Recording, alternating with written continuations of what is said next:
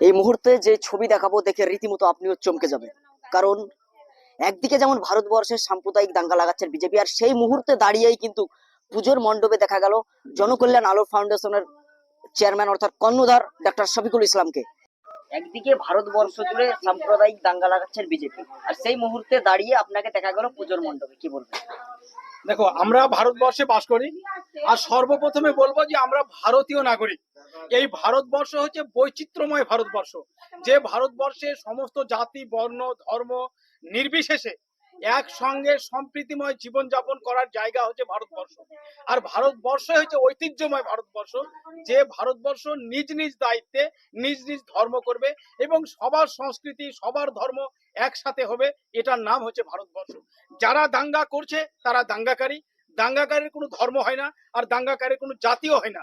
Actually আমরা মানুষ, আর মানুষ হিসাবে মানুষের পাশে দাঁড়ানোই হচ্ছে আমাদের কর্তব্য। কেননা আমরা জনকল্যাণ আলো ফাউন্ডেশনের সমস্ত এক্সিকিউটিভ মেম্বার এবং বিভিন্ন ব্লকের সভা নেত্রীরা আছে এখানে। তো সেই সূত্রে আমি যেখানে এসেছি, এই বাড়ির একজন পল্লবী মণ্ডল, সেও আমার এক্সিকিউটিভ মেম্বার ট্রাস্টের, এবং আমাদের রাধারানী, অঞ্জলি, প্রভাতী এবং সুলেখা, জান্নাতুল নেসা, এইরকম জান্নাতুল ফেরদাউস, এইরকম অনেকে আছে, রাকিবা। তো বিশেষ করে আমরা আজকে এখানে এসেছি যে ভারতবর্ষ যে সম্প্রীতিময় ভারতবর্ষ, আর সব থেকে গুরুত্বপূর্ণ জায়গা হচ্ছে মুর্শিদাবাদ, যেখান থেকে সারা ভারতবর্ষে সম্প্রীতির বাতাবরণ সৃষ্টি হয়েছে।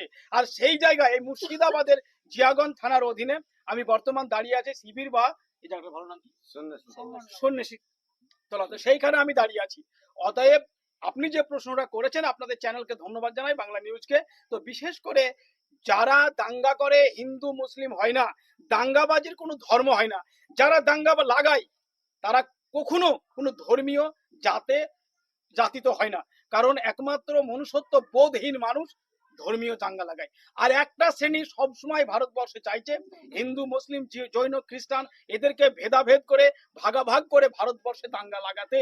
কিন্তু সেই মুহূর্তে দাঁড়িয়ে জনকল্যাণ আলো ফাউন্ডেশন সর্বাগ্রে গর্জে প্রতিবাদ করছি, এবং প্রতিবাদ করব আমরা, যে আমরা একসঙ্গে, এই ভারতবর্ষ আমাদের জন্ম, এই ভারতবর্ষে কারো কারো হবে কবর, কারো হবে শ্মশান। এটাই হচ্ছে ভারতবর্ষের ঐতিহ্যময় একটি সংস্কৃতি। তাই আমরা কখনো পুজোর মণ্ডপে, কখনো গির্জায়, কখনো মসজিদে, কখনো দরগায়, আর কখনো মাজারে। এটাই হচ্ছে ভারতবর্ষের সংস্কৃতি, মুর্শিদাবাদের সংস্কৃতি।